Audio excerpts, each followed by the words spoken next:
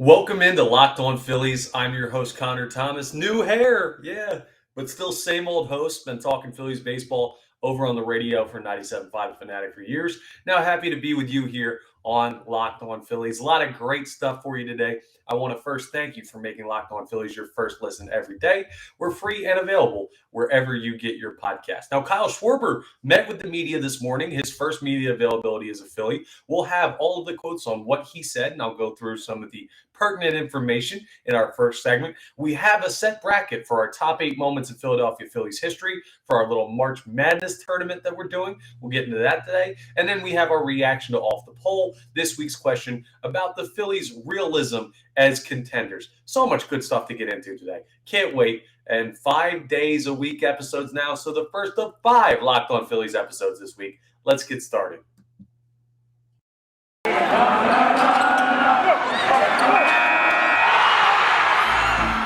You are Locked On Phillies, your daily Philadelphia Phillies podcast. Part of the Locked On Podcast Network, your team every day.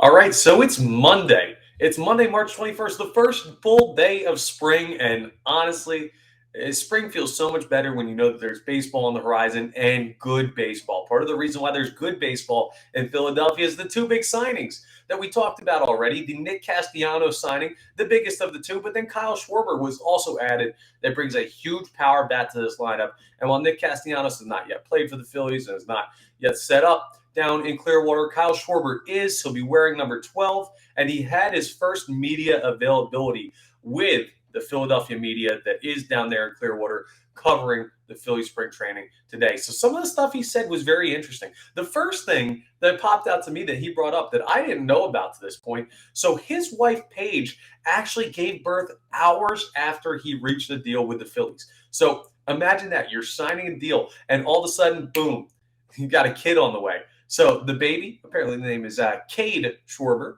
which I like. Cade and Crew being Bryce Harper's son, probably going to end up being best friends and hit 40 home runs each in Major League Baseball, I don't know, 30 years down the line from now. But congratulations to Kyle and Paige, and sounds like everyone's healthy. But that's a whirlwind couple of days. You sign a big contract. It's going to keep you in Philadelphia for 4 years, make you a little bit over $70 million. And you go ahead and have a kid too.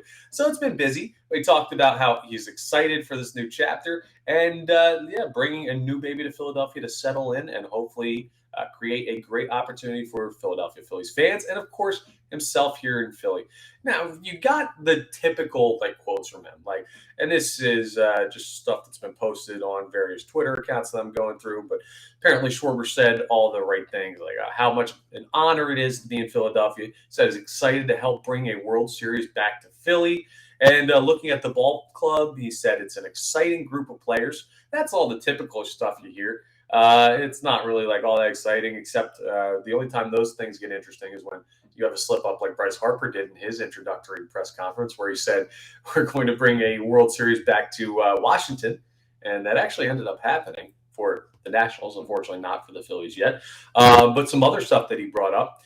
He said, Schwarber, that is, that he's only missed the playoffs one time in his career. That's true. Schwarber has only once not been a member of a playoff time, and he called it a playoff team. He called it an addicting feeling. Well, you know what? I'm about ready for the Phillies to relapse on that addiction because they have been out of the playoffs for a decade. I know we bring it up all the time. I mention it all the time here, and it bears mentioning because this should be the year. It should be with this talent, this rotation, somewhat improved bullpen, but a really, really dangerous lineup. This should be the year that streak ends. So hopefully Kyle Schwarber keeps it to only 1 year that he's ever been on the team not making the playoffs. He also called it, going back to the baby thing, he said that it was probably the best day of his life to sign with the Phillies and then go ahead and have that baby. Best 48-hour span of his life is what he called it. It was just some interesting stuff. And he also, if we need a nickname for him, just make sure he's settled all in. He told Joe Girardi and Dave Dombrowski to call him Schwarbs. So Schwarbs is the nickname. I know. So Big Cat, who's from Barstool Sports, big Chicago Cubs fan, always had called him Schwarbo I guess it's Schwarbs is the preference for Kyle Schwarber now that he's in Philly. So Schwarbs is all settled in. Let's read you one more full quote. We'll have the full quote on the addiction of winning and everything like that. So this is per John Clark's tweet. I'm in the business of winning games. This team's a very good ball club. We are built to win and go deep into the playoffs. That's what you look for. I've only won in my career. It's an addictive feeling. This is definitely a place I was looking forward to be. Schwarber talking about his time, of course, mainly with the Chicago Cubs, ending their long drought of not winning a World Series. He was part of that World Series winning team back in the 2016 season. That was a very talented Chicago roster. Then he goes to Boston this past year after spending some time with the Nationals. I mean, he's been with competitive organizations. Even though he's only got one World Series to his name, he's been in the playoffs a bunch. He brings in that veteran know-how. He's not been in the league all that long. Like, he's not a 35, 40-year-old guy, but he's a guy that's been around long enough that he can bring a winning culture into his locker room with some players like JT Realmuto and Bryce Harper, who haven't really had the opportunity to get into the playoffs, get deeper runs, things of that nature. So that's very nice to hear. And I love the excitement that Kyle Schwarber has about joining this Phillies roster. He might be like the only person that was, and I don't think he was, I'm just assuming here. I don't think this is a real thought in his head, but he could be the only person that was annoyed with the Nick Castellanos signing because it overshadowed how important he's going to be to the ball club this year. I think now that Castellanos is here, he's a better option. We're talking about Nick at this point, to bat in the cleanup spot because his better average protects Bryce Harper better, batting right behind him, which means Schwarber very well could slide into that leadoff spot. If he bats leadoff, that you could argue that makes him the most important piece of this puzzle. Other guys are going to outperform him. Bryce Harper's a better player. Nick Castellanos, probably a better player. Rhys Hoskins may have a better overall year at the dish than Kyle Schwarber ends up having because Schwarber is a textbook power hitter. He can be feast or famine. But if Schwarber gets the most at bats and he's the guy that sets the table for this lineup, like I believe it's possible that he is, well then he's got to have a great year. Last year was a breakout year for him, and he showed parts of his game that he had not in the past. Better average, better on base percentage. All of his numbers were up, and it's why the Phillies felt comfortable giving him this 4-year, $70+ million deal. But now he's got to deliver on it. Nick Castellanos, you know what you're going to get. He's been a proven great player in this league. Bryce Harper, you know what you're going to get. JT Realmuto, you have a good idea of what you're going to get. Rhys Hoskins, you know what his peak is, and hopefully you get close to that. But Kyle Schwarber, he really had what seemed to be a breakthrough at the dish this past year in his year where he spent some of it with Washington, some of it with Boston. And the Phillies have to hope that he's got that ability. What do you expect from him? Well, I'd love to see him hit above 265. I think that's the number that I'm looking for. If he's going to bat in that leadoff spot, that I need to see 266 plus from Kyle Schwarber for him to really play up to not even the worth of his contract, because the worth of this contract, it's not really all that expensive based on how good of a player he is. And his strength with this ball club is hitting nukes. We'll talk about that in a second. But for me, if he's 266 and above, that's what I need to see average-wise to know that the Phillies are going to have a shot with him at the top of the lineup. Home runs, he's going to hit 35 plus. There's a good chance, and we were talking about it over at 97.5 The Fanatic on the John Kincaid Show, which I'm part of over there. We were talking about who would lead the team in home runs. Yeah, I mean, there's a deeper discussion there because there's so many power hitters, but absolutely Kyle Schwarber is probably the odds-on favorite for that because if he bats leadoff, he'll get the most at bats, and he is the most powerful hitter. Not the best hitter, but the most powerful hitter, including a lineup that includes Bryce Harper. This dude he's built like a beer league softball player. He's just a tank. He absolutely mashes the ball. And sometimes guys like that, they'll have tough strikeout years and tough stretches where they seem feast or famine, but he's a great addition. The quotes from his media availability, nothing groundbreaking, but it shows that he's excited to be here, as he should be, because there's a great opportunity for the 2022 Philadelphia Phillies. And it's not just Nick Castellanos. I don't want the Kyle Schwarber signing to be overshadowed by the Nick Castellanos signing because even though there's a better player coming in, Schwarber is going to be a huge part of what the Phillies need to do to be successful in 2022. Now, it has been a while since the Phillies have been in the playoffs, but next we're going to take a look at that March Madness bracket where we go back to times where they did make the playoffs and times where they had huge moments, times where they won it all. I'll list out our top 8 Philadelphia Phillies moments of all time and show you where they're seated so that we have a bracket fully built out for our March Madness segment.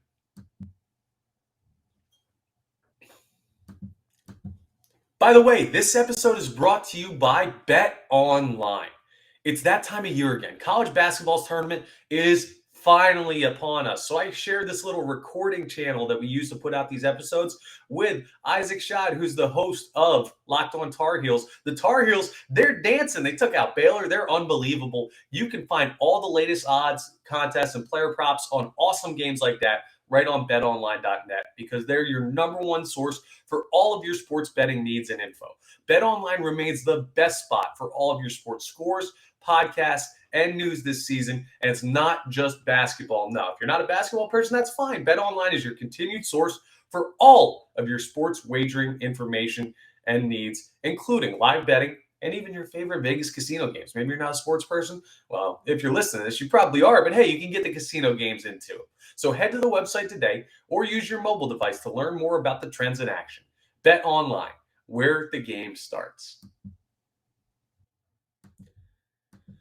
All right, so here it is, the official bracket. I got my little notepad here where I wrote down some of your guys' suggestions. Now, I did do a little bit of editorializing on my part. There were some that weren't mentioned that I had to get brought in there. If you don't hear a moment and you didn't reach out on Twitter, sorry, you had to respond. So, yeah, you can comment all you want. Oh, man, you should have put this in here. Well, you had your chance. I took what I got, and I tried to add in some other big moments as well. But, hey, that's the name right there. That's Connor Thomas. I do hold a little bit of control over the content here, if you believe it. So here's my bracket with, of course, a little bit of your guys' input as well. So this is a top 8 moments in Philadelphia Phillies history. Now, first off, the first disclaimer, I can understand that I'm being potentially a little recently biased.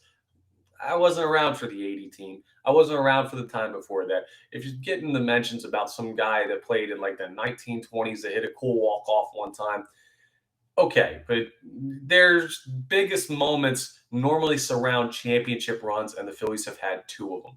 Well, here's where we start. The number 1 overall seed, I'm going to go 1-8, and we're going to talk about the matchups. The number 1 overall seed is the World Series victory in 1980. The Tug McGraw finish, everything that led into that in that game. So it's that specific game and the moments surrounding that. So it's all encompassing of that victory. It doesn't take the whole run, but the World Series winning, clinching game in 1980 is number 1. It's their first. I've got to give it the nod over the other World Series win. Now, number 8, it'll be matched up against our only regular season moment. And that's Bryce Harper's walk-off grand slam versus the Chicago Cubs in his first year with the Phillies back in 2019. You remember it, wearing the beautiful powder blue jerseys. You've seen the video a billion times. A great call with John Kruk yelling, "Oh my God," underneath the call by Tom McCarthy. It was very well done. An amazing moment, but it is regular season. It's got a tough task. That's number 8. The number 2 seed is going to be the World Series win in 2008. Of course, there's only 2 of them, so it's got to be 2. So that one, Brad Lidge closing it out. This also encompasses, because it counts the game, Chase Utley's fake throw to first, throwing out the runner at home in that game. So that counts already. That's not going to be another moment. So if you think that's a big moment, vote for the World Series win in 2008. That encompasses that. The 7th seed, which will be the matchup for that one, is Jimmy Rollins' walk-off double in the 2009 NLCS against the Dodgers. A huge moment. It propelled the Phillies to that second straight World Series run. Unfortunately, they fell short in 2009 against Joe Girardi's New York Yankees, but that was a huge moment that helped them get back to the World Series for the second time in as many years. Now, back up to number 3. This is the 3-6 matchup now. This is the only other moment from 1980 on here. And of course, you know what it's got to be. It's got to be the Manny Trio huge triple, the Nolan Ryan element of it, and everything that went on with the 80 team. It was the seminal moment outside of that World Series winning game. So Manny Trio's triple from 1980 is going to be our third seed in our tournament of 8. It'll be matched up against Shane Victorino's grand slam off of CC Sabathia in the NLDS against the Milwaukee Brewers in 2008. If you were in that building, and I had a couple tweets about this one, some people say that's the loudest Citizens Bank Park has ever been. CC Sabathia was amazing. Remember, this is the pre-Yankee CC, and he was unhittable at points that year for Milwaukee. But the Phillies handled him, and Shane Victorino got on him early in the game, hit that grand slam, set the tone, and showed that the Philadelphia Phillies in 2008, oh yeah, they were coming for it all. Of course, we know how it ended. They did end up hoisting the World Series trophy. They won it all. They followed through on it. But that was the moment where I think the Phillies really announced their presence. It's our 6th seed. And then the 4-5 matchup. Number 4 is Roy Halladay's no-hitter versus the Cincinnati Reds. Only the second in the history of Major League Baseball playoffs. It was back in 2010. Of course, you remember he threw the perfect game against the Marlins earlier that year. But this is the bigger moment for me to start off. He takes the mound for his first ever playoff game. And what does he do? He goes out and he's nearly perfect. The great play at the end by Carlos Ruiz, maneuvering around the bat that was left by the batter to throw out the runner at first. It was just an incredible moment. It was Doc's seminal moment as a Philadelphia Philly, and it's got to be on here as part of this tournament. And then it'll be matched up against one of the biggest moments from the 2008 run, and that's Matt Stairs' home run against the Dodgers in the NLCS. Stairs rips one into the night. Is still one of the great calls in Phillies history by Joe Buck. It was a great acquisition at the trade deadline. Matt Stairs, that was his biggest contribution, obviously, for the Phillies that year. And it's a moment that I think still gives a lot of Philadelphia Phillies fans like yourself and me chills to this day. It had to be on here. So here's the list in order without the matchups. World Series in 80, World Series in 2008, Manny Trio triple, Roy Halladay no-hitter in the playoffs, Matt Stairs homer, Victorino grand slam off of CC Sabathia, Jimmy Rollins walk-off against the Dodgers, and finally Bryce Harper's walk-off grand slam against the Chicago Cubs. So there you have it. The way we'll do this at @LockedOn_Phillies on Twitter, and I'll retweet it from my account on Twitter at ConnorThomas975. We'll put out these individual matchups on a daily basis. So starting today, we'll have the 1 versus the 8 seed, and we'll see how that stacks out. I'll put out a picture of the bracket so you can review everything, and we'll run through and have a little fun time trying to determine the best moment in Philadelphia Phillies history. Speaking of Twitter polls, on the other side, we've got Off the Poll. We had it this weekend. Got to jump into it. Monday episode. An interesting question about where the Phillies stand realistically as contenders. And I'm very interested in the response that I got from you on Twitter who responded to the poll and where the numbers are on this one. I'm going to go back and forth with you a little bit. Not so much back and forth because I'm the only one with a microphone right now, but I'm going to argue a little bit against the response that I got. We'll get into that as we wrap up.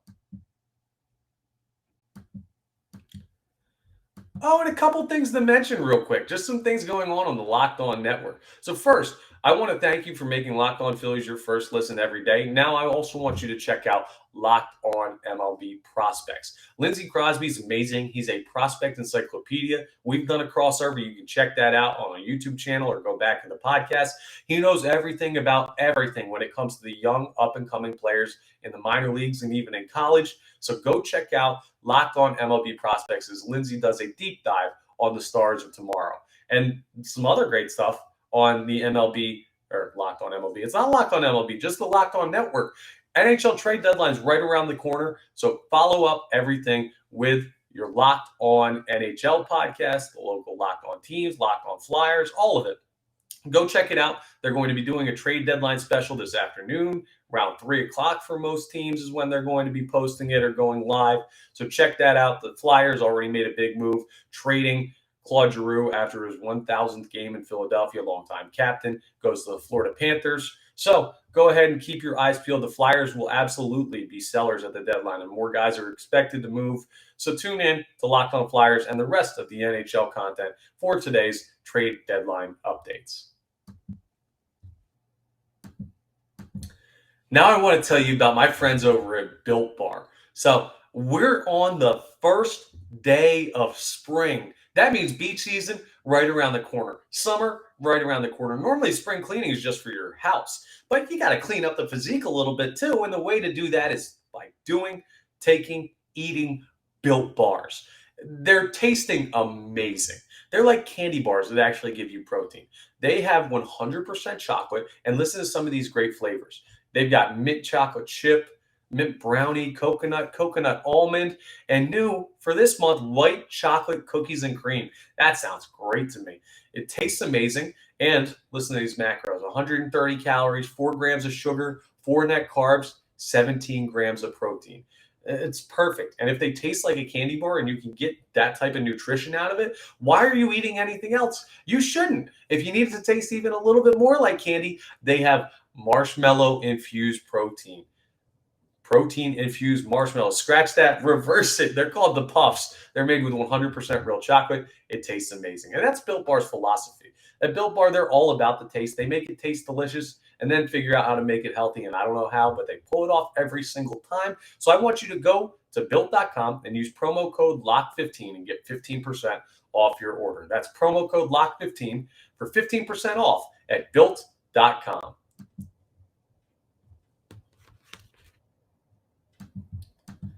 All right, so it's time for Off the Poll, the chance where you get to interact, share your thoughts by way of vote on the Twitter poll every weekend, and let me know what you think on the question that I pose. This weekend's Off the Poll question was simple.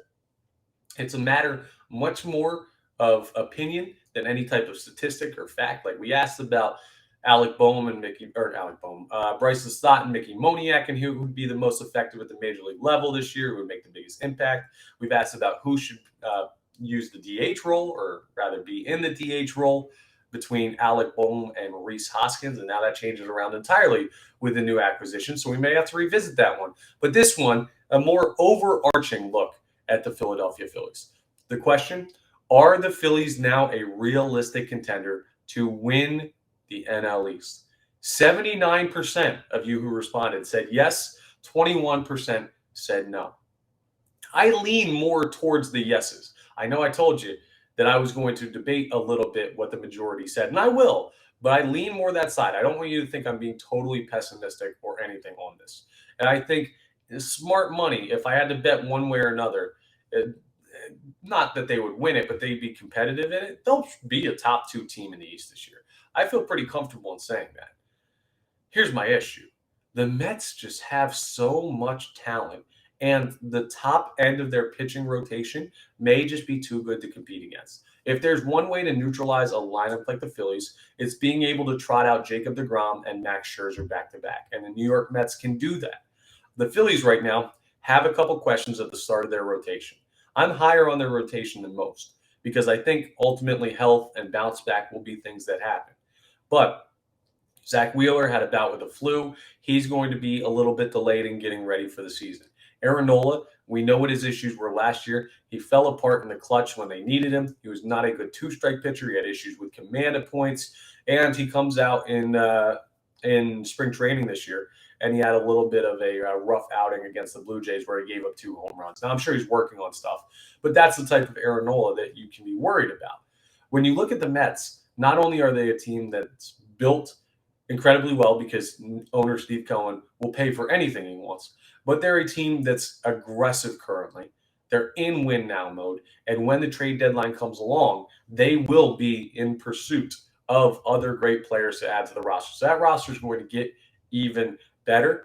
I like the Phillies' chances, but they're dangerous. And then you also have the World Series defending champions in the Atlanta Braves, who sure, they lost Freddie Freeman, but Matt Olson, an all-star, comes in to replace him at first base. They've still got Ronald Acuna. They still have Austin Riley. They still have Dansby Swanson. They still have Ozzie Albies. They still have a strong pitching rotation, especially if Mike Soroka comes back from his injuries this year to contribute in a significant way. So there are obstacles. It's not just an easy yes for me. I'm not just like immediately, yeah, Phillies, realistically, they could win the NL East because, man, there's part of me that says, okay, they're good, but they're still in a stacked division. But if you really held my feet to the coals, I'm going with the yes as well. I'm with the yes group. I think that the Phillies, with how strong this lineup is, and if you assume a good year from the starting rotation and an above average year for some of the guys in the bullpen. Not that their bullpen in total is going to be above average, but some of the guys outperform their expectations. I think it's absolutely realistic that the Mets turn into the Mets and the Braves miss Freddie Freeman more than they thought they would, and the Nationals and Marlins stink, and all of a sudden, no, the Phillies won 92 games and they end up winning the division. It's certainly possible. It's an option. It doesn't mean that they're a World Series contender because, frankly, with the Dodgers, I don't think that window is open yet. The Dodgers adding Freddie Freeman and becoming a super juggernaut team with 3 former MVPs in that lineup. But as far as the NL East is concerned, ultimately, I'm going to agree with 79% of you that said, yes, it is realistic. And the 21% of you said, no. I understand where you're coming from, and I see that point, and that's the point that I just argued. But I like to be on the more optimistic side, so I'm going to go ahead with yes. Now, hopefully, what we say on the field this year actually plays out to back up that thought process and what you all voted for there. Hopefully, we end up being right on the yes side. That would make this summer and fall, then after that, a lot more fun.